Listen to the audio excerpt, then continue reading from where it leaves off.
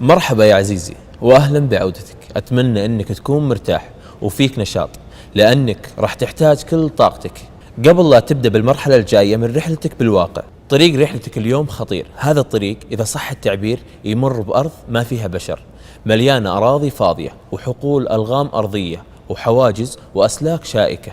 هو طريق ما يمشيه إلا الناس المستعدين واللي يشتغلون بجد واجتهاد. هذا الطريق تقدر تعتبره المصعد اللي راح يوصلك للمدير. ليش نتكلم عن ركوب هالمصعد؟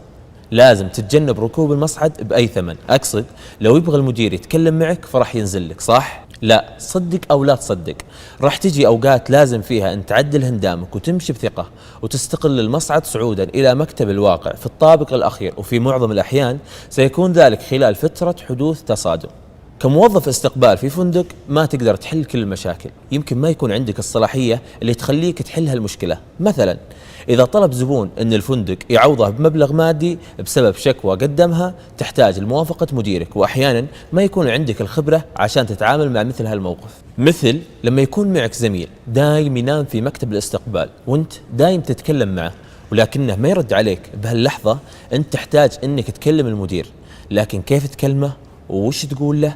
ما في جواب صريح لهالسؤال، بس لازم يكون عندك حسن التصرف ويكون عندك أفكار فيها حكمة. أولا لازم تفكر بالمشكلة وتحط لها حلول براسك. إذا طلب النزيل بتعويض مالي عشان المكيف ما يشتغل، لازم تفكر وتسأل نفسك قبل لا تعلم المدير هل من حقه أنه يطلب هالطلب؟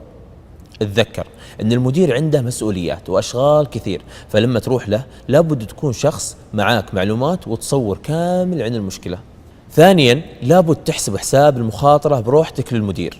حتى لو كان عندك حلول وكنت واثق من نفسك، لابد تحسب حساب من هو الشخص اللي تتصادم معاه واللي بسببه رحت للمدير. هل هو زميلك بالعمل أو نزيل بالفندق؟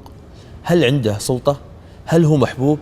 السياسة مهمة بالفندق بأي عمل ثاني. إذا كنت ضد موظف استقبال مفضل لدى المدير، أو تجادل رجل أعمال له مكانه وسلطة، أو زبون عادي بسبب طلبهم تعويض مادي لأن المكيف ما كان يشتغل، لازم تكون حذر بتعاملك مع هالموضوع وتعرف كيف توصل وجهة نظرك للمدير عشان تتوصل لأفضل حل. ثالثا أكيد أنك لما توصل للمدير ما راح يتعامل معك بالموضوع اللي أنت جاي عشانه بس، راح يراجع سجلك الوظيفي وراح يكون هالشيء حاضر بنقاشه معك، فتأكد من أن سجلك خالي من أي خطأ.